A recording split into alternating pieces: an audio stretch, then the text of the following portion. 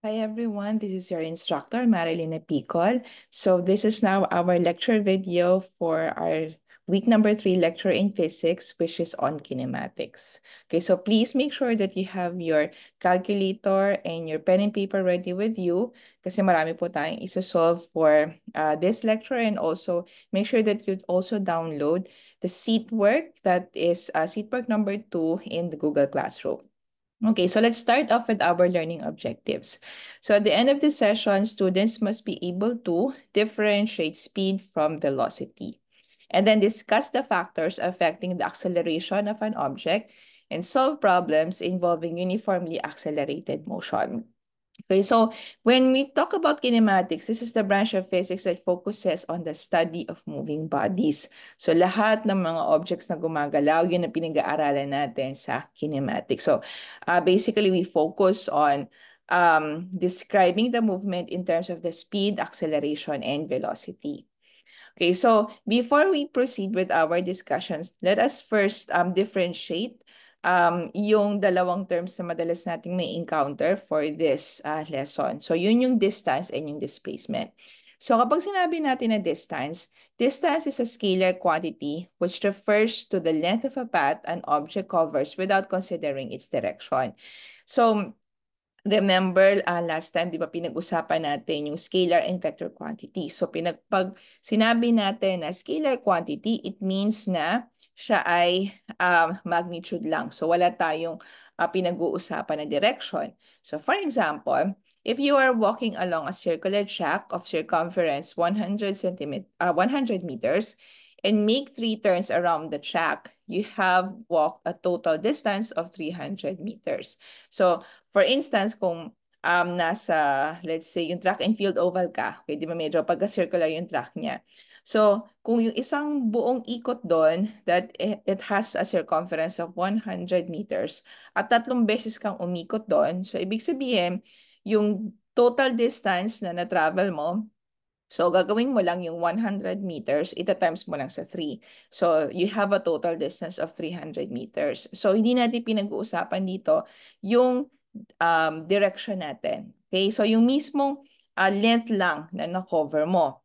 Now, if you speak of displacement naman, displacement is, on the other hand, a vector quantity. So, pag sinabi nating vector quantity, meron na siyang kasamang direction. So, kinoconsider na natin ang direction natin.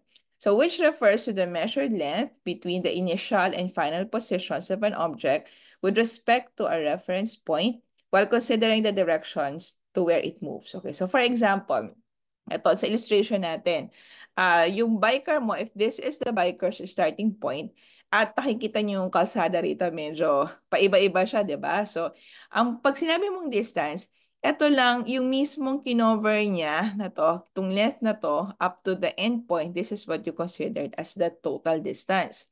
Pero kapag sinabi nating displacement, ang pinag-uusapan lang natin is yung distance niya from the starting point to your end point. Okay?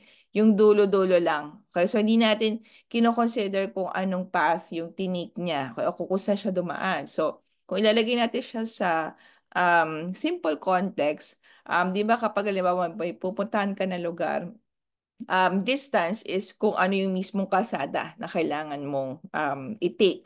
Ngayon, kung meron ka alam na ibang shortcut, okay, so yung shortcut na yon, that would represent yung shortest distance between your starting point and yung end point. Okay, so kung saan ka nanggaling hanggang kung saan ka papunta, yung pinaka-shortcut na yon, yun yung tinatawag natin na displacement. Okay, so for example, let's go back to the circular track. So if you are walking along a circular track of circumference 100 meters and make 3 turns around the track, so your total displacement is 0 because you just came back to where you started.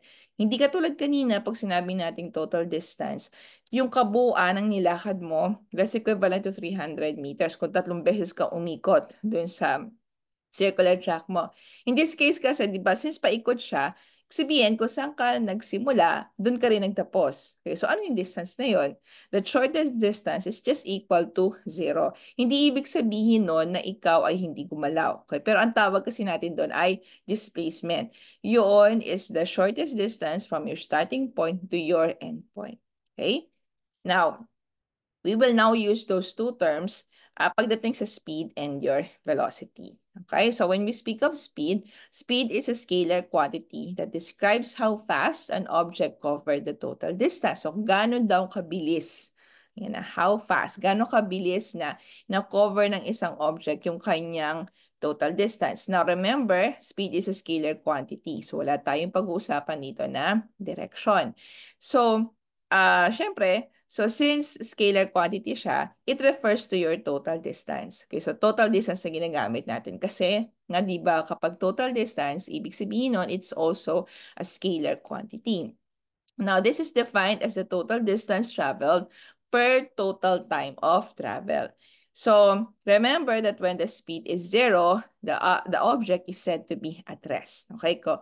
So kapag sinabi natin na kapag ang speed mo ay zero, ibig sabihin nun nakahinto yung object mo. Or in physics, ang tinatawag natin sa kanya is at rest. So the common units that we know for speed would be meters per second, kilometers per hour, or kph. You also have miles per hour or mph. Pero usually, mas madalas ang ginagamit natin is yung meter per second. Now, this is the formula for your speed, or in short, you can also call this as the average speed. Kasi basically sa physics, meron tayong dalawang tinatawag na speed. Meron tayong average speed at saka instantaneous speed. Pag sinabi natin instantaneous speed, yun mismo yung speed at that moment. So for example, di ba halimbawa, sa car, okay? Sa car, meron tayong tinatawag na speedometer, yung nagme-measure ng ating speed. So, kung ano yung nakikita nyo na reading doon sa speedometer, at a specific time, let's say at exactly let's say 10 seconds of your travel time, okay, yung mismong speed na yon na nakikita nyo dun sa speedometer, yun yung tinatawag na instantaneous speed. Pag sinabi natin na average speed, which is mas madalas natin ginagamit sa physics, ito yon yung total distance traveled per unit time. Okay? So, uh, pagdating naman sa velocity, okay, ang velocity naman, on the other hand, is a vector quantity that describes the change in position per unit time. Okay, change in position. Hindi sinabing speed, ha? Okay, itong change of position na to, ito na ngayon yung tinatawag natin na displacement. Okay, kasi remember, di ba yung displacement natin is from the starting point to your endpoint. So yung distance na yun, ang tawag natin doon ay displacement. So this is defined as the total displacement per total time interval. So when the velocity is zero, we say that the object did not change its position. Okay? Sinasabi hindi nag-change ng position. So pero hindi ibig sabihin nun, hindi siya gumalaw. Okay? So magkaiba siya. Sa speed, kapag ang object mo ay at rest, ang ibig sabihin nun, nakatigil talaga yung object mo. Kapag ang speed niya ay zero, ibig sabihin nun, yung object mo is talaga nakatigil siya, at rest siya. Pero kapag sa velocity, kapag ang velocity ay zero, hindi ibig sabihin nun na hindi siya gumalaw. Okay? So, pwede na gumalaw siya, kaya lang hindi kasi siya nag-change ng position. Okay? So, pwedeng yung kanyang starting point at yung kanyang end point is iisa lang. Okay, so that's why we say that the object did not change its position. Now, the common units that we use for velocity is the same as that of speed. Now, ang velocity natin, you can compute this by using the formula total displacement over the total time interval. Okay, so let me just change this. This is a typo error. There should be total time interval. Okay? So, yan po yung ating formula for velocity. Now, please make sure na itong dalawa na to, sa discussion natin ng kinematics, minsan may times na nai-interchange natin siya. Okay? Pero strictly speaking, etong speed at saka velocity, meron time na parehas lang sila. Okay? So, kailan sila nagiging parehas? Remember that the speed is always greater than the velocity in terms of the value. Pero the velocity can be equal to the speed if the object did not change its direction. So, ibig sabihin, yung object mo kapag hindi siya nag-change ng direction, okay, yung velocity niya, yung value, yung magnitude ng velocity is the same as the value of the speed. Okay? Kaya kung minsan, sa mga discussions natin, nai-interchange natin siya, yung speed and yung velocity. Pero provided lang na hindi nagbabago yung kanyang direction. Kasi at that instance, parehas lang sila ng value. Okay? Now, for example, let's take this example here. So it takes Serena 15 minutes to drive to school. So her route is 15 kilometers long. So what is Serena's average speed on her drive to school in meters per second? Okay, so kung titingnan po natin yung problem, first identify muna natin kung ano yung mga given quantities natin. So given ka dyan ng time na 15 minutes, okay? And then meron kang 16 kilometers which is your distance. And what you're looking for is the average speed. Okay, so yun yung ating unknown quantity. So make sure natin na babasahin natin mabuti yung problem kasi yung iba dito nagkakamali kapag hindi nabasa mabuti yung problem at hindi masyadong naintindihan, then doon nagkakaroon ng error sa mga answers. Now, remember na yung unit mo, ito ay naka-minutes and ito as ang distance niya is naka-kilometers. Pero ang tinatanong sa problem is in meter per second. So kapag ganito, take notice or pay attention to the unit that we have. Kung ano yung unit na hiningi sa problem. So that means itong time, kailangan natin siyang i-convert into seconds at yung distance na kilometers, kailangan natin itong i-convert into meters. Okay, so pinakamadaling way dito para i-solve is that i-convert nyo muna yung mga given na units. Okay, kasi mas madali yun kaya siya yung final answer, yung i-convert nyo. Okay? So, since ito po yung ating mga given, so you have a time this of 15 minutes. This is equivalent to 900 seconds. Okay, so bakit siya 900? Kasi 15 times 60. Okay, so hindi ko napapakita yung nitty-gritty details of the conversion. Okay, so you can basically do this on your own. And then yung 16 kilometers is equivalent to 16,000 meters. So remember, di ba, sa prefixes, sa SI units, yung kilo, it means 1,000. Okay, so kaya yung 60 naging 16,000. Okay, so if we will solve for the speed or the average speed, so remember, same lang yung symbol ng velocity at saka speed. They're both V. Ang difference lang sa displacement, sa velocity, meron siyang arrowhead. Okay, so here we have the total distance over the time. Okay, so total distance natin is 16,000 meters. I-divide natin siya sa 900 seconds. Okay, so yung calculator, okay, that will be, okay, so that's 16,000 divided by 900. Okay, so this one will give you 17.78. Okay, 17, gawin ko na lang 1 decimal place, so 17.8. Okay, meters per second. Yan. Okay? So, there you go. So, madali lang i-compute yung ating speed. Okay?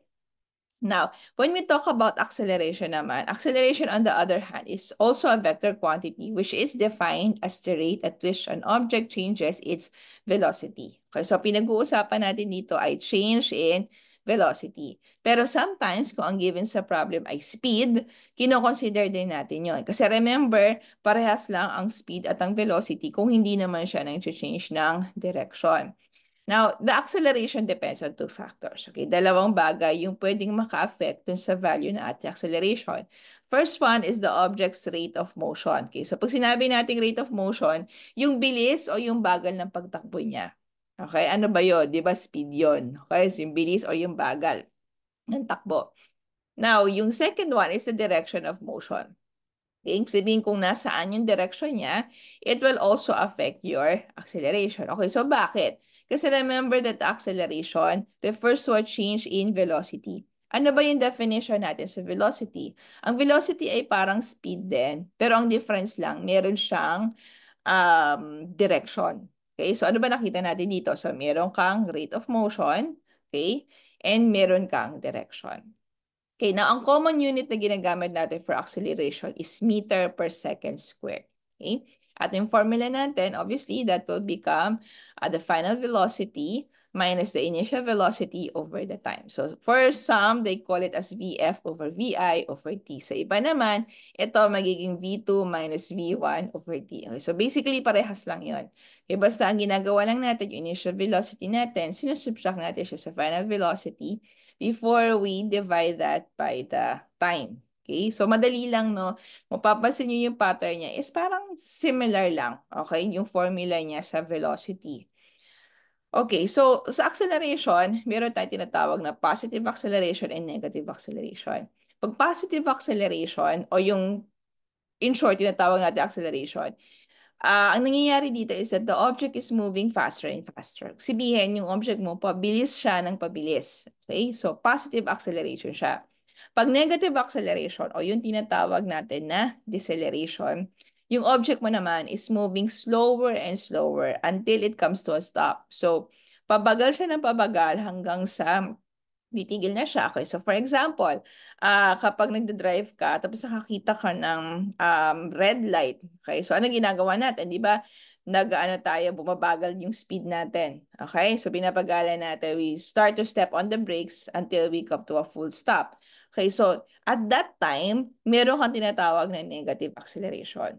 Okay, or in some word problems, makikita nyo to as the word decelerate or decelerating. Okay, now, for the acceleration, when the acceleration is zero, dalawa po ang ibig sabihin nito. Okay, kanina, di ba, pinag-usapan natin kapag sa speed ay zero, ibig sabihin the object is at rest.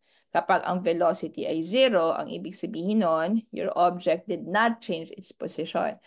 Pag acceleration naman ang zero, dalawang bagay. It's either your object is at rest, pwedeng nakatigil siya, or it is moving at constant velocity. Okay? Ibig sabihin, yung value ng velocity mo hindi nagbabago. Okay? Constant. Kasi yung initial velocity mo is just the same as the final velocity. So, kung parehas lang sila ng value, ano difference niya? It's equal to zero. And kapag dinivide mo yun by the time, it's still equal to zero. Okay? So, wag kayong wag kayong matempt na isipin na kapag nakakita kayo ng value na acceleration ay zero, automatic at rest siya. No, dalawang bagay siya. It's either at rest or nagmo-move siya at constant velocity. Okay, now, the acceleration happens when there is a change in, it could be a change in speed. Okay, sabihin yung bilis or, or yung bagal niya. It could also happen if you have a change in direction. Okay, so, pwedeng yung speed mo hindi nagbabago, pero yung direction mo nagbabago siya. Okay, a classic example niyan. Malimbawa, kapag umiikot ka sa rotonda. Okay, kung umiikot ka sa rotonda, okay, if for an object that is moving along a circular track, pwede yung speed mo dyan is hindi nang babago. Pero dahil nag-change ka ng direction, kasi nga paikot di ba? At one specific point, you're moving to the north and then mapupunta ka sa east and then west. Okay, so yung direction na yon, since babago-bago siya, kapag umiikot ka, okay, kahit hindi nagbabago yung speed mo, ang tawag doon, nag-accelerate ka pa rin. Okay, meron ka pa rin acceleration kasi you have a change in your direction. Now, it could also be two things. Pwede rin naman na nag-change ang speed mo at nag-change din yung direction. Okay? So, these are the three scenarios wherein you can possibly have an acceleration. So, yung acceleration nito, it could be positive and it could also be negative. Okay? So, huwag niyong isipin na ang acceleration puro positive lang. Hindi. Pwede ka rin magkaroon ng negative acceleration. Okay, so, let's have this example. A car advertisement states that a certain car can accelerate from rest to 70 kilometers per hour in 7 seconds. So find the car's average acceleration. Okay, so analyze ulit natin yung problem. So yung car natin, ang sabi dyan, it can accelerate from rest. Okay, take note yung word na from rest. So ibig sabihin, ito ay nag-start from zero. So tinatawag natin to na initial velocity. So let's be sensitive to these terms. Okay, so pag sinabing from rest, ibig sabihin, initial velocity is zero. Okay? Kasi nga doon nga siya nagsimula, di ba? From stop. Pag sinabi namang to rest, ang ibig sabihin naman ng to rest is final velocity. Okay, final velocity is zero.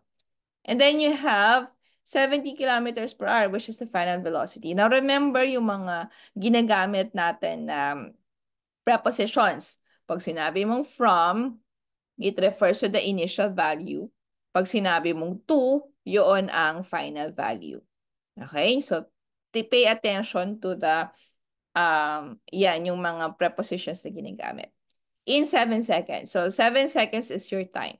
Now, we have to find the car's average acceleration. So, this is your unknown quantity. Okay, so if we will list down our given here, ayan, so V sub 1 is 0 because it starts from rest. And then V2 is 70 kilometers per hour, and then the time is 7 seconds. So we're looking for the acceleration. Remember na ito ay naka-kilometers per hour. Okay? So take note of the unit. Kasi ano ba yung unit natin ng acceleration? Ang unit natin for acceleration is meter per second squared. Alright? And ito ay naka-second din yung time. Okay, so therefore, itong kilometers per hour, kailangan muna natin siyang i-convert into meter per second. Okay, so let's do that. Okay, so 70 kilometers, remember, nasa numerator to, and then yung h nasa denominator, and I'm doing this kasi gusto ko makita kung ano yung pwede ko makancel na unit. So again, katulad ng ginawa nyo dun sa lesson number 1 natin, di ba yung slash, ginagawa natin siyang ganito, sinusulat natin siya in fraction form para mas madali yung ating pag-cancel.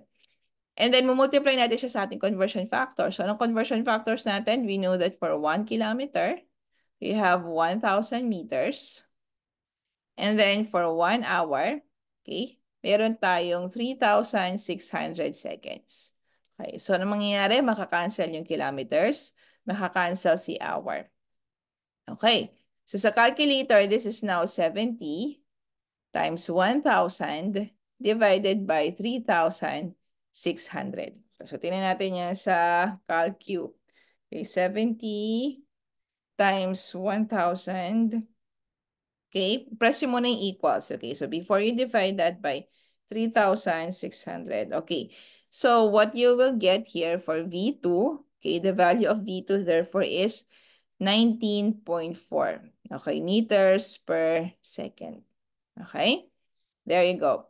Now, pag ganitong mga maraming zero, it would also help. No? Pwede nyo i-cancel yung mga zeros dito. Katulad nito, pwede mo i-cancel yung dalawang zero dito, tsaka dito. So, ano mangyayari niyan? Magiging ano na yan? 70 times 10. So, that's 700 divided by 36. Okay? And you will still get the same answer for 19.4. Okay? Now, let's compute for the acceleration. So, acceleration natin, this is equal to VF, or in this case, V1, V2 pala yung ginamit. Okay, so let's just change this for uniformity. Okay, so this is V2 minus V1 over T. So, ang V2 natin ay 19.4 meters per second. V1 natin is 0. Ang time natin is 7 seconds. Yan. Okay, so if we will compute for that, so 19.4 divided by, hindi ko na sinama yung minus 0 kasi 0 naman siya. So divided by 7. Okay, so that will give me, ito, 0. Ayusin ko lang yung aking sulat. Let's just change this a bit. Okay, so this is 0.077. Finish ko na lang. Ayan. Round off ko na lang to kasi this is a never-ending decimal. Okay? So you have 0.077 meters per second squared. Alright? Okay, so yan po. Ganyan lang po kasimple mag-compute ng ating acceleration. So always remember in solving word problems, maging sensitive tayo dun sa mga specific terms, just like at rest, okay? And then identify natin mabuti kung ano yung mga given quantities natin.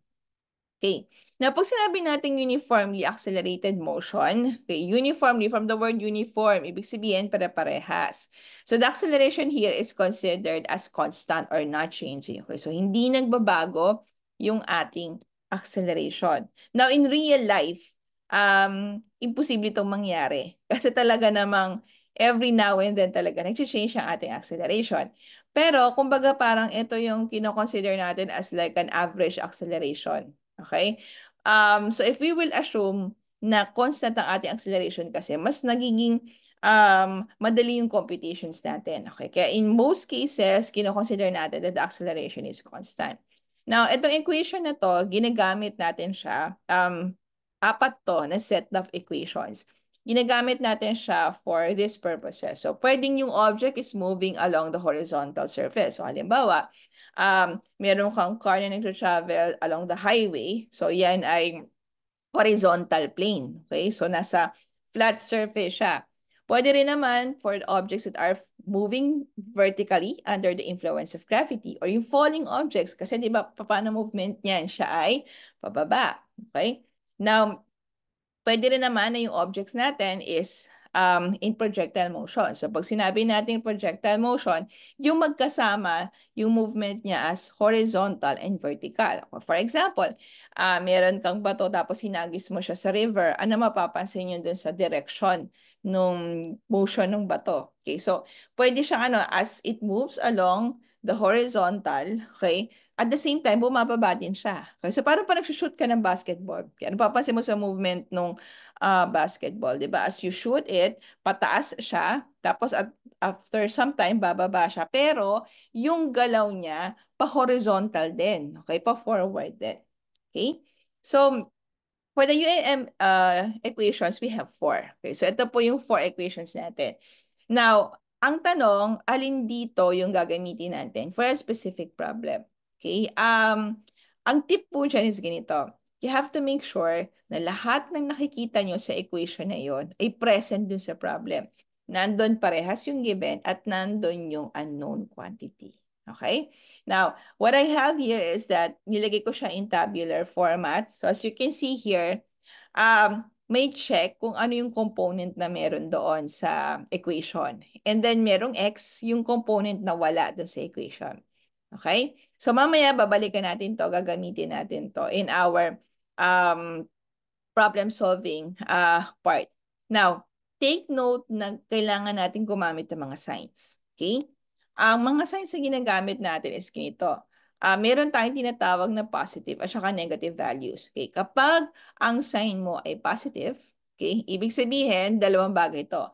Either your object is moving to the east, okay, or your object is moving to the north. So, pwede nga, di ba, yung object mo ay pataas. Okay? So, pag pataas ang object mo, yung kanyang displacement is positive. Okay? Kapag naman siya ay negative, ibig sabihin, yung object mo is moving either along the west direction or along the south direction.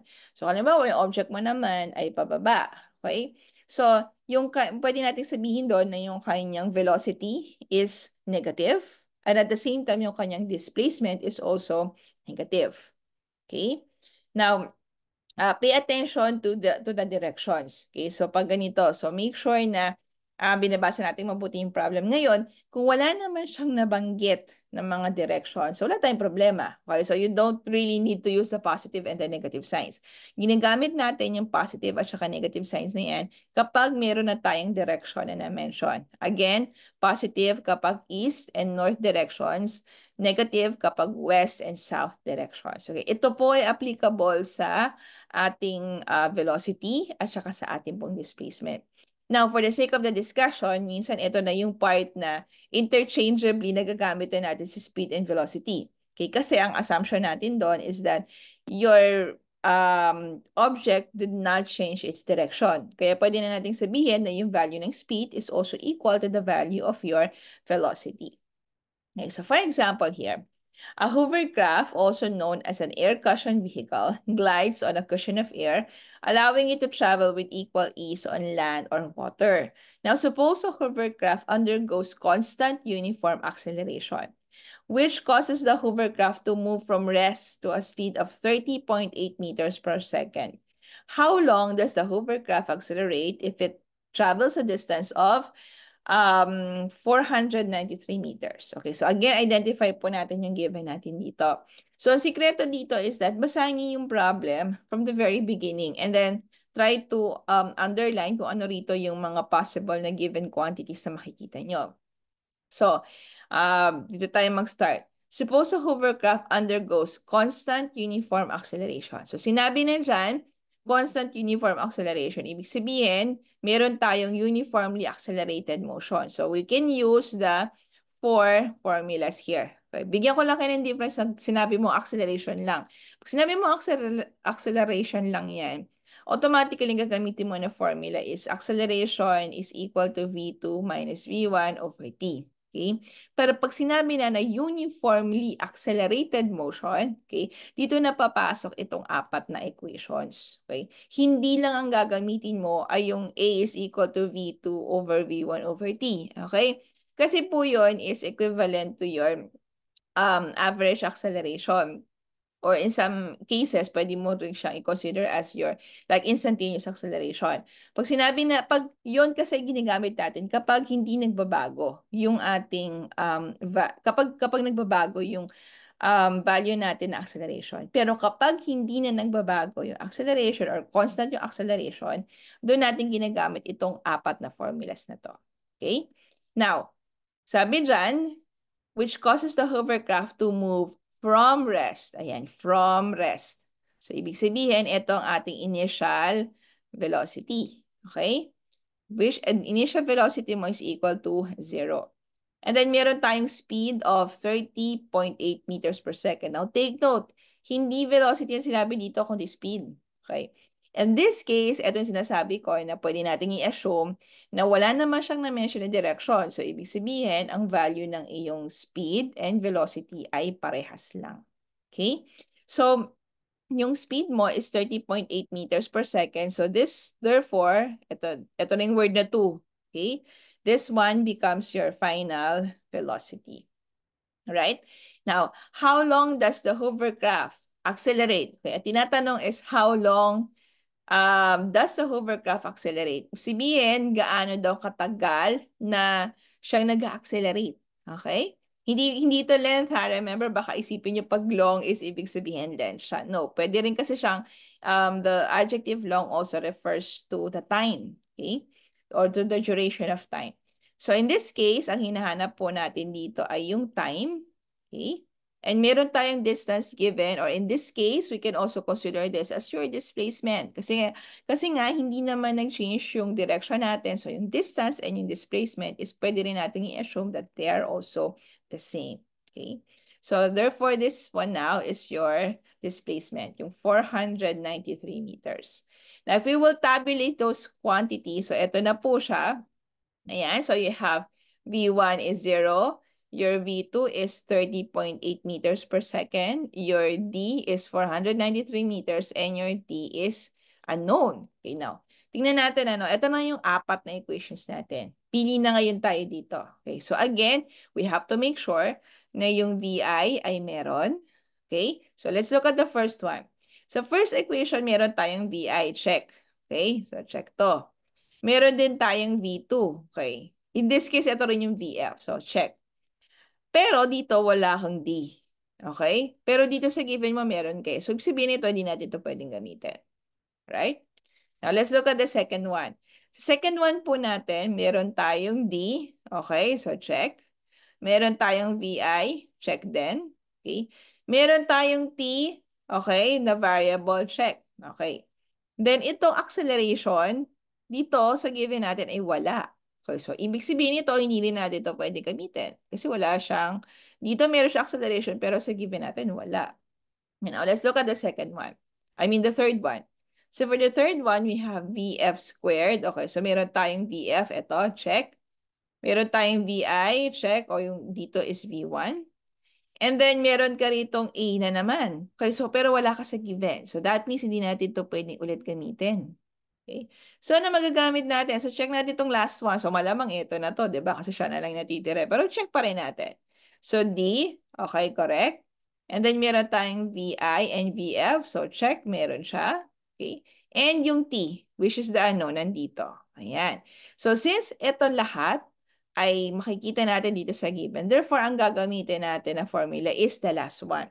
D is equal to VI plus VF over 2 times T. Okay, so now that we have the formula, so formula po natin dito is equal to D.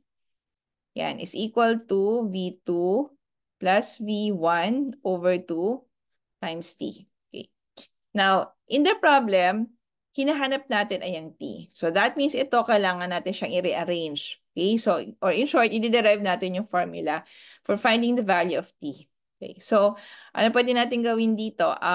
Usually, ginagawa ko dito, since ito naman ay naka over 2. Okay, kasi ito pwede mo rin isulat as this eh. D is equal to V2 plus V1 times T over 2. Okay?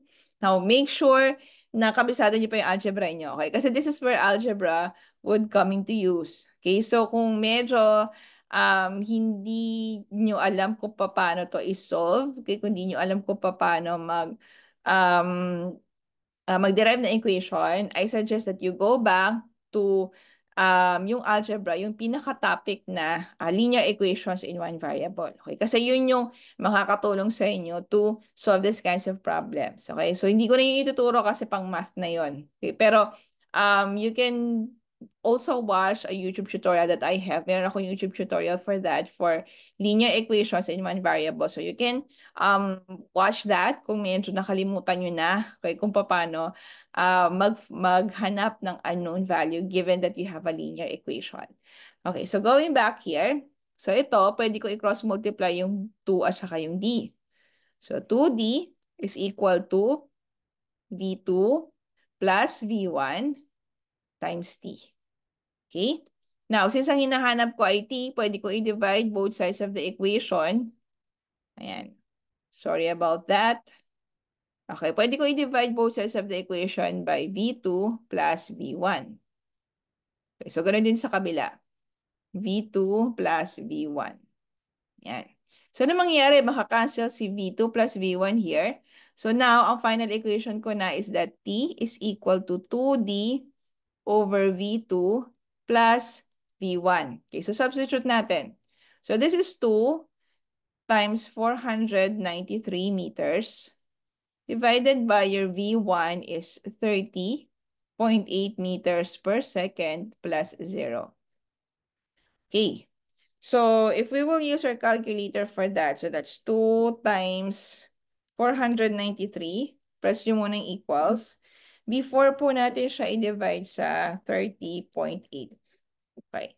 So, what you have here is, ito po, 32.01. Oh, gawin ko na round off ko na natin the nearest whole number. So, this is 32 seconds. Yan. Na paano po naging seconds yan? Okay, pansinin niyo po yung unit. Diba meter over meter? Meter over meter, makakansel siya. So, matitira ka na lang ng second. So, in this case, it is actually 1 over second. So, pag ginamitin natin siya ng algebra, it will just be equal to second here. Okay? So, yan po. Ganyan po yung pagsasolve natin. So, again, kung medyo nagkakaroon kayo ng struggle kung paano mag-derive ng formula, you can watch my YouTube tutorial on deriving equations and also for linear equations in one variable. So, doon muna kayo mag-start. So, para mag-guess nyo kung paano nagde-derive ng equation. Okay? Kasi hindi naman sa lahat ng oras na ang given sa atin na problem is that automatic na ganito yung magiging format ninyo. Okay? So, and there are cases wherein kailangan mo talaga mag-derive ng equation. So, very critical to kasi yung iba, dito madalas na nagkakamali. Okay? Kasi pag mali yung derivation mo ng equation, mali na rin yung makukuha natin na answer. Okay, so with that, now you can start working on sheet work number 2. Pwede nyo na po siyang sagutan.